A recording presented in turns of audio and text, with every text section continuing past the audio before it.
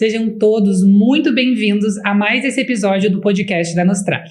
Esse é um espaço onde a gente debate os principais assuntos referentes ao processo de reconhecimento de cidadania italiana.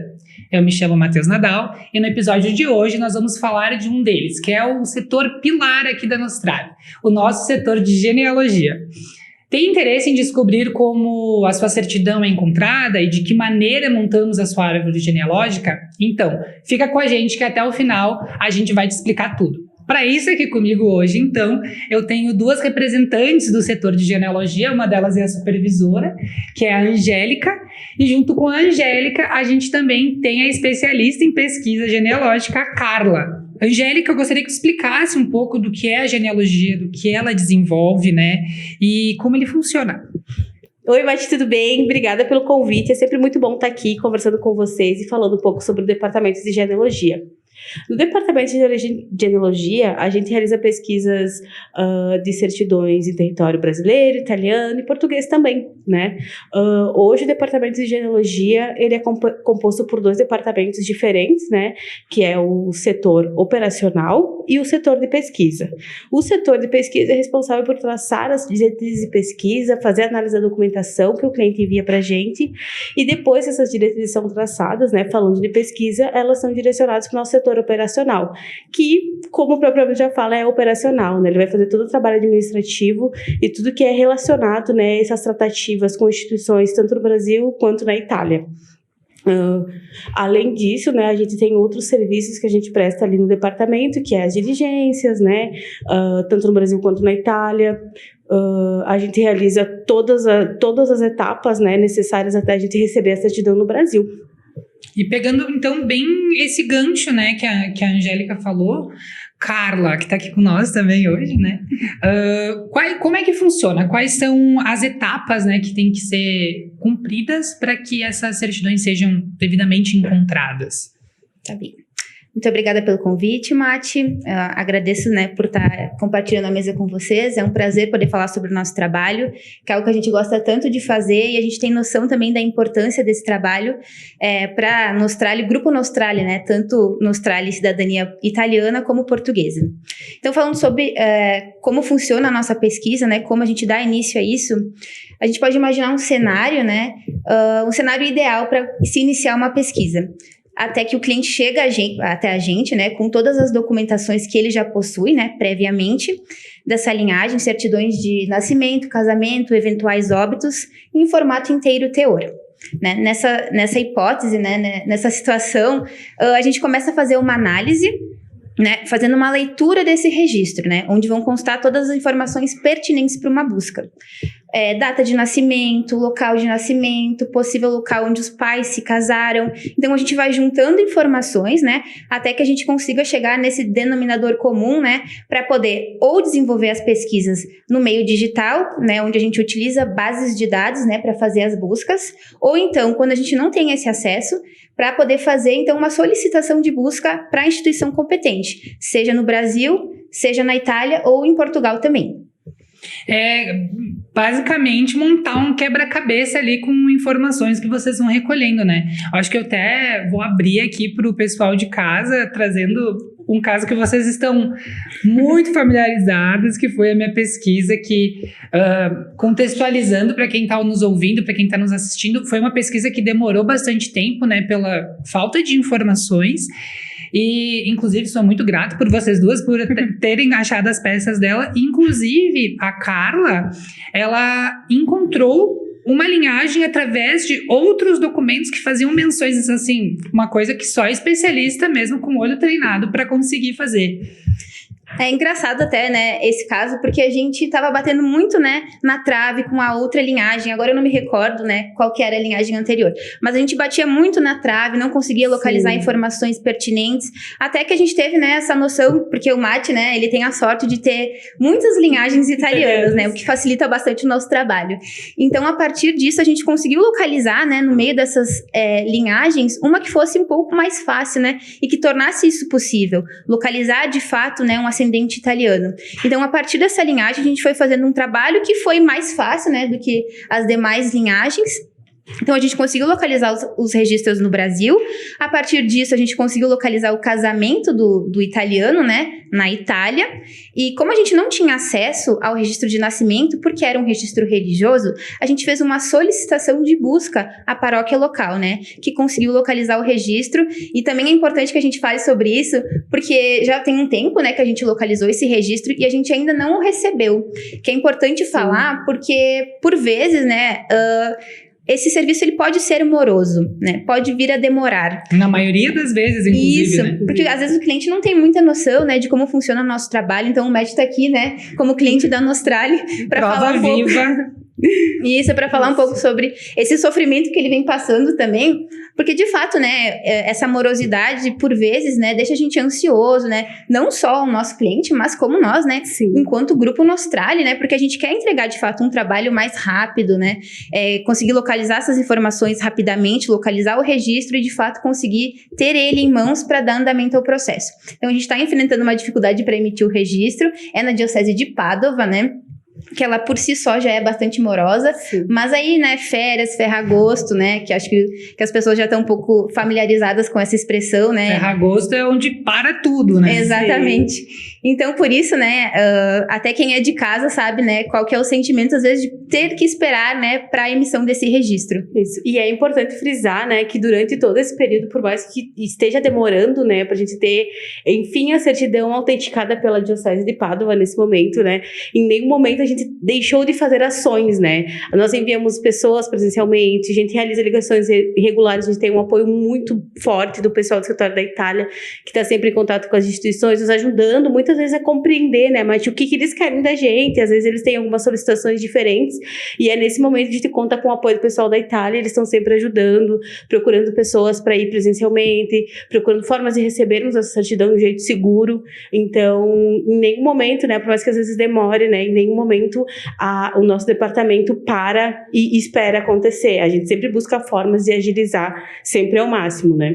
E é notável, assim, a expertise do setor de genealogia, né, em conjunto com o escritório italiano, as movimentações que vocês fazem, realmente, assim, não é para iniciante. Às vezes é ativar uma autoridade acima do local que precisa emitir o tal documento, seja batésimo, seja o matrimônio, para que isso seja cumprido. Então, assim, atrás daquele documento que chega para dar base a um sonho, tem muito conhecimento, tem muito esforço, né? Sim. E isso daí ninguém pode tirar do setor de genealogia da Nostrale, né? Um trabalho de muita expertise. Mas vamos seguir aqui a nossa conversa, né?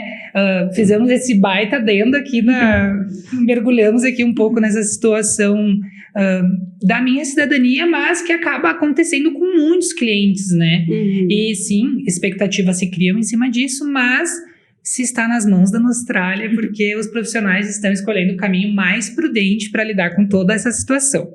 Seguindo, então, eu quero perguntar aqui para Angélica se existe um ou mais tipo de registros e certidões que são procurados com frequência pela genealogia. Sim, existem. Hoje no departamento de genealogia a gente trabalha com diversas tipologias de registro. A gente procura, além dos registros que a gente precisa para continuar com o processo, que é a nossa prioridade, né? A gente também vai procurar todo documento que for útil para a gente continuar traçando nossas diretrizes de pesquisa. Mas a gente realiza buscas hoje de registros militares, né? Que é a lista de leve, rolo matricular, status de família, registros de embarque, desembarque, dos portos, das hospedarias aqui, né, no Brasil. Tudo que for necessário para pesquisa e para continuar do processo, a gente consegue procurar hoje com a ajuda da tecnologia, né, e da expertise das nossas historiadoras.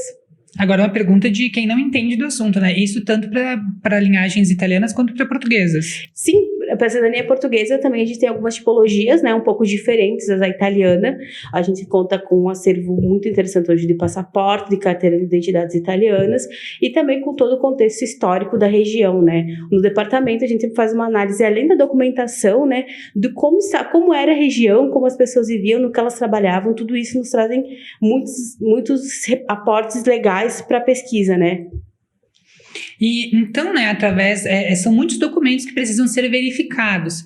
E dando sequência nessa linha de raciocínio, eu queria entender, né, Carla, como que o setor de genealogia, como que vocês profissionais, né, que desenvolvem esse serviço, como é verificado a autenticidade desses documentos analisados, recebidos, enfim?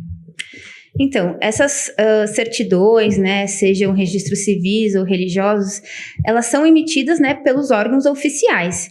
Então, quando a gente faz uma solicitação de emissão de um registro para a Itália, por exemplo, para uma certidão civil, por exemplo, a gente vai fazer uma solicitação pelo PEC, né, que é a Posta Eletrônica Certificata, que é como se fosse, é o e-mail na Itália, né, e ele é um e-mail oficial, né, que tem até um aporte jurídico para isso. Então, a gente vai utilizar dessa ferramenta, né, por onde eles vão nos enviar um registro, que a gente muitas vezes pode utilizar ele somente digital, não há necessidade de ter ele, por vezes, impresso, né, então a gente consegue juntar as informações e utilizar ele, isso dá também uma autenticidade para o registro. Então, quando são registros físicos, né, a gente vai precisar verificar se esse registro vai estar carimbado, se for um registro religioso, né, carimbado, assinado pela cúria. Então, essas informações são muito importantes, né, para que a gente veja se de fato aquele registro é original e é verdadeiro, né, porque a gente sabe, né, que são registros antigos, né, por vezes a gente precisa ter esse olhar mais minucioso para ter certeza da legalidade do registro. Maravilha, existem várias formas, né, de verificar essa autenticidade. Perfeito, obrigado, Carla. E agora, então, eu quero fazer uma pergunta para a Angélica. É comum ocorrer erros, discrepâncias nos documentos recebidos pela genealogia. Quando isso acontece, né, quando vocês recebem documentos nessas condições, como que isso é desenvolvido? Como é que vocês lidam com essas situações? Isso pode acontecer de algumas formas, né? Alguns erros comuns, né? São as variações ortográficas, que não são erros, né? São variações, como o nome já fala. Dependendo da época histórica que tu viveu, né? Tu tinha uma forma de escrever, uma forma de se comunicar. A gente vive numa região de imigração bastante diversificada, né? A gente tinha imigrantes italianos, alemães, holandeses, que conviviam ali, né? Ao mesmo tempo. Então, você imagina pessoas de idiomas diferentes tentando falar um único idioma, né, as divergências que podiam acontecer. Essas diferenças são consideradas, inclusive, para pesquisa, né, porque a gente sabe que isso pode acontecer.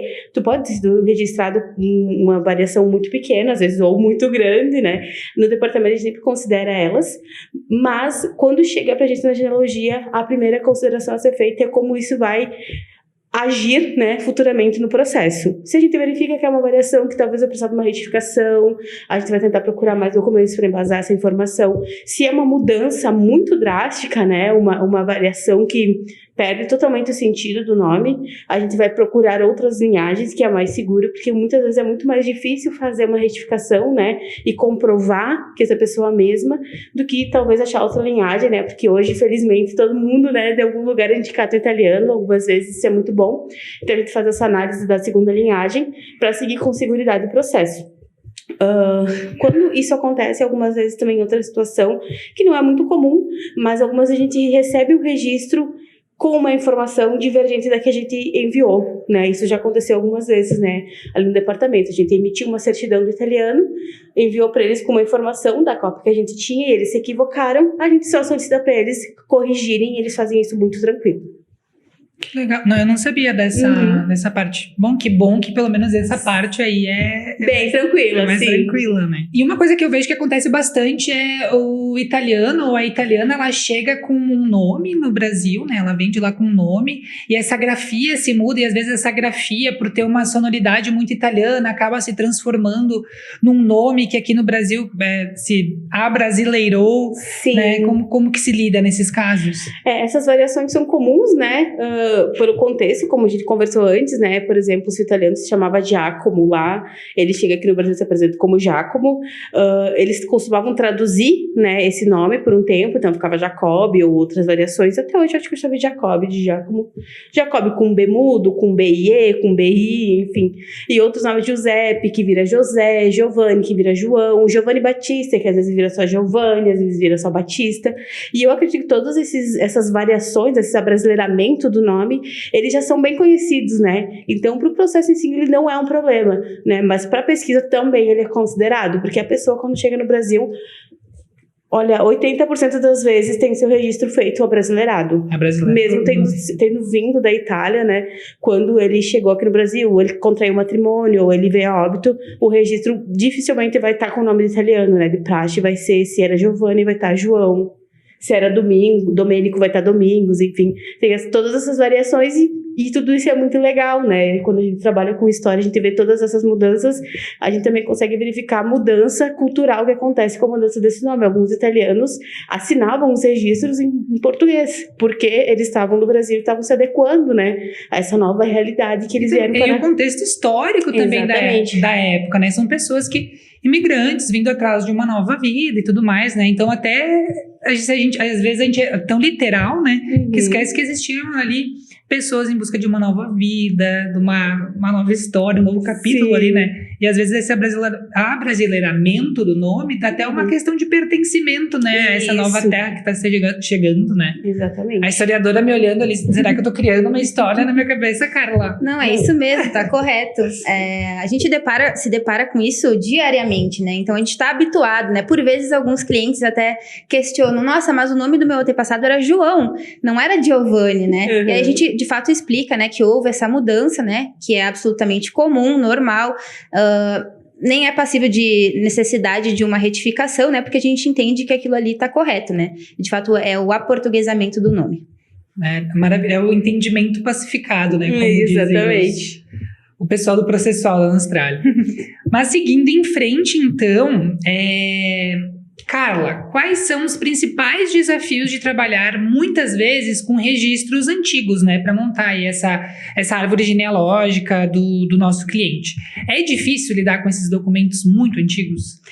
Olha, Mati, é bastante complexo. A gente está falando de registros com mais de 150 anos, né? Então, a gente vai se deparar com a conservação do registro, né? Como ele foi guardado, como ele está sendo mantido durante todo esse tempo. Como a Angélica já falou, das variações, né? Isso também implica muito no nosso trabalho, né? Enquanto a necessidade de localizar. Então, a gente tem que ter, de fato, esse conhecimento de saber que houve a diferença de grafia, houve uma mudança. A gente precisa saber da sonoridade das palavras, né, das letras, para a gente conseguir juntar essas informações. Então, de fato, é bastante complexo, né, visto que são registros bem antigos, tanto no Brasil quanto na Itália, e a gente também se depara com a necessidade de contatar instituições, que esse é um ponto bastante complexo, né, como a gente já conversou ali no nosso início, né. O fato da gente precisar contatar instituições faz com que, às vezes, o processo se torne um pouco mais moroso, porque a gente depende de outra pessoa para fazer a pesquisa ou fazer a emissão, né, de fato, e quando a gente precisa a solicitação de busca em si, a gente vai contar também com a expertise da pessoa que está fazendo a pesquisa na instituição. Por vezes, eles não têm o mesmo tato que a gente, de saber, de sonoridade, da mudança de grafia. Então, quando a gente faz uma solicitação, a gente leva em consideração isso, que a pessoa que vai estar fazendo a busca, ela vai precisar saber se houve uma grafia, né, uma mudança na grafia do sobrenome, do prenome, então tudo é indicado, porque a gente vai depender do serviço de outra pessoa, né, para de fato conseguir lograr êxito no nosso serviço. Perfeito, Carla. E para a gente finalizar, então, Angélica, como é que tu descreve a importância do setor de genealogia da Nostrale para o sucesso de reconhecimento da cidadania italiana dos nossos clientes? Bom, o nosso departamento, né, por muitas vezes, ou quase toda pesquisa que a gente pega nas mãos, né, é a parte ou o sonho inteiro de alguém, né? A gente entende isso no departamento, a gente sempre conversa sobre isso, como é delicado o nosso trabalho. Muitas vezes a única esperança que a pessoa tem de conseguir uma cidadania italiana que ela sonhou a vida inteira é quando ela tá com a certidão dela em pesquisa. Então, por isso a gente trabalha muito duro para a gente conseguir localizar esses registros e realizar esse sonho. A gente entende a importância disso.